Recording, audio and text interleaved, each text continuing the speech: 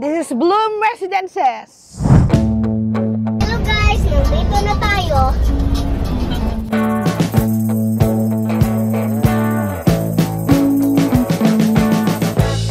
We've been living in sin so long, all the fields are gone. Fella stopped me on the street last night. Laki-laki dito, hindi pa natin naiikot yan, yung likod niyan. Itong Tower B and A, gawa na siya. May mga nakatira na dyan. Phase 1 to. Tapos yung Phase 2, doon banda, ginagawa pa siya. Pre-selling. Tapos yung Phase 3, ginagawa pa rin siya, ongoing construction pa rin. So nakita nyo ang lawak, diba? Ito pa lang tayo, nandito pa lang tayo sa isang part. Eh paano kung umikot pa tayo doon? Kasi this is 6.1 hectares. Nandito ka ang tahimik, tapos presko, malakas yung hangin. Tapos yung tao dito, parang ano siya, mga kalmado. Kasi parang at peace sila. Hindi kagaya sa ibang kondo, parang mga nagkakagulo eh. Dito ano sila eh, calm lang. Relax, pati ambience, relax. Pati yung lugar, kita nyo naman, ang tahimik dito. Lalo na pag umaga dito, yung morning sun, napakasarap mag-jogging dito.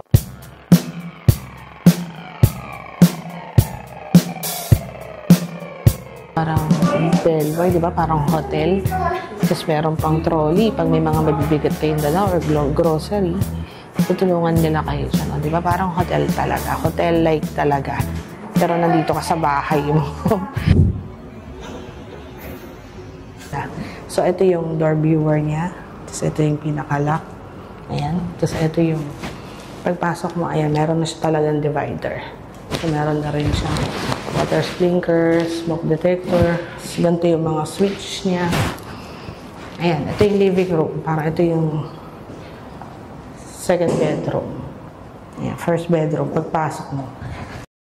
Parang kasya dito, isang single bed, isang closet, cabinet, pwede rin study table. Ano siya, oh? Sliding door. Ganda niya. Mataas pa. Mataas yung pinto.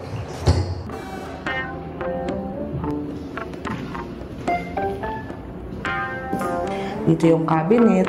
Malaki siya, oh. Marami kang malalagay dito. Cabinet, table, study table, vanity table. Kasya siya eh. Tapos ito yung balcony. Ayan, nakalaki.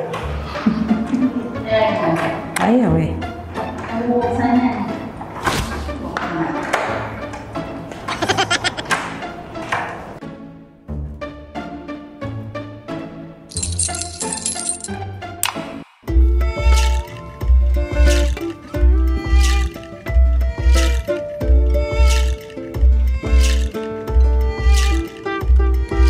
Ayun o, high ceiling siya. Pwede rin kayo magsabit dyan na kung anong gusto nyo. Sampayan na, mga detachable, ganyan. Pwede. So, ayan yung view niya. May mga truck. Pag may pa-deliver kayo, makikita nyo kung nandiyan na yung deliver nyo. Ganyan. Okay naman. Kasi siguro lalagyan pa ng halaman dyan. Hindi pa naman siya nagagawa lahat eh, kasi may mga tower pang ang ginagawa eh. So, wait lang natin. Depende yan sa tower. So, syempre, message niyo ako, ma'am, sa Facebook o sa Messenger. Pipilian natin kayo ng magandang view kung ano yung mga gusto niyo. Ayun o, makikita niyo, may bundok dun eh.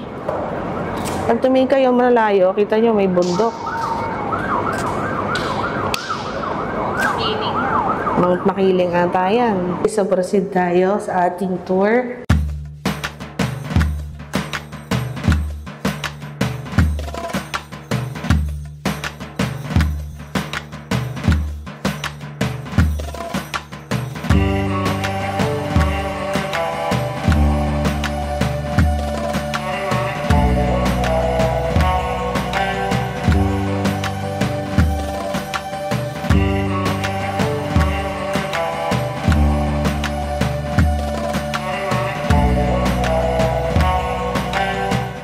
So, ito yung toilet. Ayan yung shower. Ang ganda ng shower. Ang taas, oh.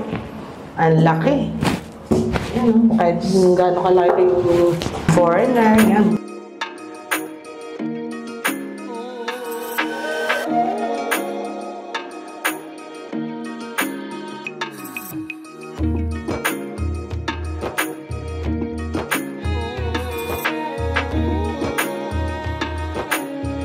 Solid talaga. Maganda. Super sturdy. Yan.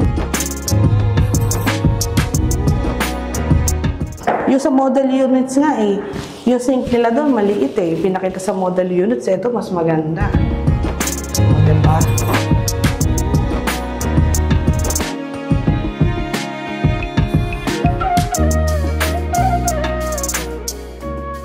This is 2-bedroom, 32.50 square meter ng Bloom Residences. Check the mic and make sure it sound right, boys.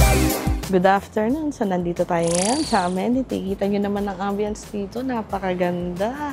Nagsiswimming pa kahit hapon. Diba? Kasi nakaka-relax talaga dito. Grabe yung hangin, no? Nakikita nyo. Ewan ko lang kung naririnig nyo pa ako sa lakas ng hangin. Sobrang presko dito. So, grabe. Ang ganda talaga. So, ikot tayo doon para makita nyo yung view kung gaano kaganda dito. Meron pang ganito, parang cottage.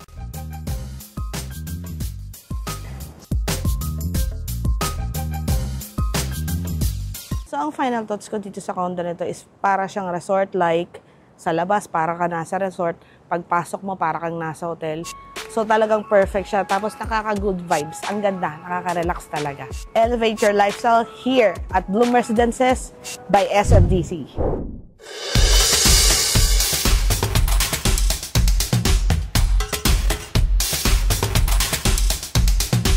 You can add me on Facebook, it's Blas de los Santos, SMDC, and on my YouTube channel.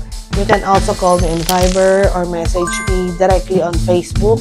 Sa Messenger, we can call, we can text. So we can answer all your inquiries regarding the condo that you want. So thank you for watching. This is Blas de los Santos. Elevate your lifestyle. At 29 and I find myself wondering what did happen to the last 10. I ran away with my life, fast forward, never turn back again. It's kind of funny that the more we pass time, the more we need to set the rewind. And 19 was the year I had to leave you, but now I'm seeing all the signs. Is this